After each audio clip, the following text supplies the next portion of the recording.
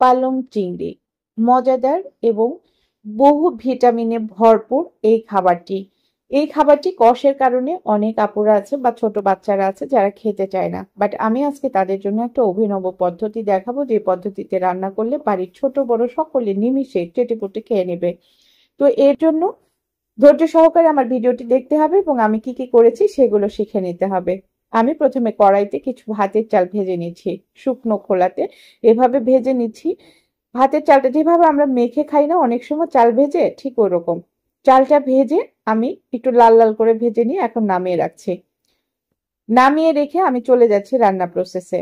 এরপরে আমি চালটা কেন দিব সেটার কথাগুলো আমি পরে বলছি। তো এবার আমি দিয়ে দিলাম সরিষার তেল দিয়ে এর মধ্যে আমি পেঁয়াজ এবং মরিচ কুচি দিয়ে দিচ্ছি। পেঁয়াজ এবং মরিচ কুচোগুলোকে সুন্দর মতো লাল লাল করে ভেজে নিব। আসলে কথায় আছে রান্না কিন্তু একটা রন্ধন শিল্প, কিন্তু একটা আর্ট। যে যত বেশি আর্ট দিয়ে এই রান্নাটা তৈরি করতে পারবে তার রান্না কিন্তু তত বেশি মজা হবে। হ্যাঁ, অনেকেই বলে যে ওর হাতে মানে জাদু আছে, হ্যান আছে ত্যান আছে, এগুলো কিন্তু আসলে কিছুই না। কারো হাতে কিন্তু আসলে জাদু থাকে না। যার যত বেশি ধৈর্য আছে সে কিন্তু তত বেশি মজার এবং টেস্টি করে রান্না করতে পারে। তো এই তো আমি কথা বলতে বলতে এই পেঁয়াজ এবং মরিচের মধ্যে কিন্তু ছোট ছোট দেশি চিংড়ি মাছ ধুয়ে দিয়ে দিয়েছি। চিংড়ি মাছগুলোকে এই মরিচ এবং পেঁয়াজের সাথে সুন্দর মতো নেড়ে চেড়ে আমি কিন্তু ভেজে নেব। আমার কথা শুনতে শুনতে আমার স্টেপ বাই স্টেপ কিন্তু ফলো করতে হবে। আমি কিভাবে কিভাবে করছি সেগুলো দেখে নেবেন। এবার আমি দিয়ে দিলাম রসুন বাটা।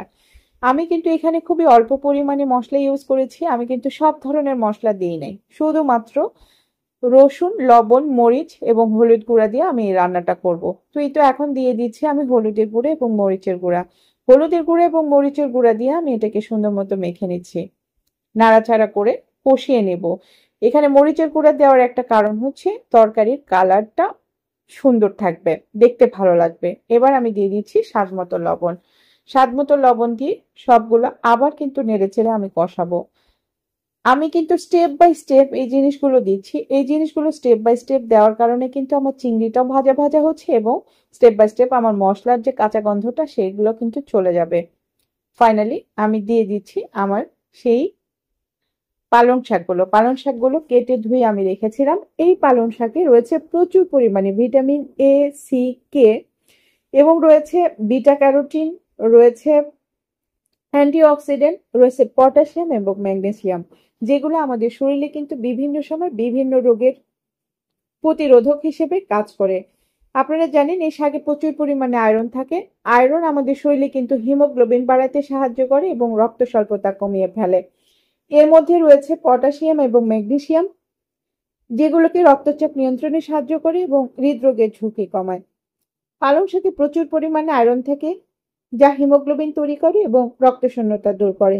পালং শাকে ক্যালোরি কম থাকায় ফাইবার সমৃদ্ধ, যা পেট ভরায় এবং ওজন নিয়ন্ত্রণে সাহায্য করে। এতে থাকা ফাইবার হজম প্রক্রিয়া উন্নত করে এবং কোষ্ঠকাঠিন্যতা দূর করে। এই পালং শাকে অ্যান্টিঅক্সিডেন্ট থাকে, যা ইনসুলিনের কার্যকারিতা বাড়ায় এবং রক্তে শর্করার পরিমাণ নিয়ন্ত্রণে রাখে। সুতরাং বুঝতেই পারছেন পালং শাকের মধ্যে কতগুলো গুণাগুণ রয়েছে। এতগুলো গুণাগুণ জেনেও যদি আমরা হাতের কাছে রাখা সহজ, মানে এত কম দামি একটা খাবারের মধ্যে এতগুলো গুণাগুণ আছে জেনেও আমরা অনেকে খাই না।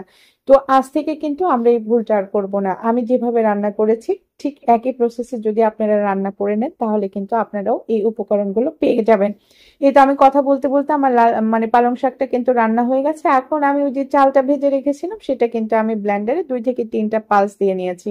এটা কিন্তু পুরোপুরি পাউডার করে ফেলি নাই, একটু দানা দানা আছে এরকম রেখে করেছি। এবার আমি এই যে তরকারির মধ্যে অল্প একটু ঝোল দিয়ে তার মধ্যে এই গুঁড়াগুলো দিয়ে দিচ্ছি।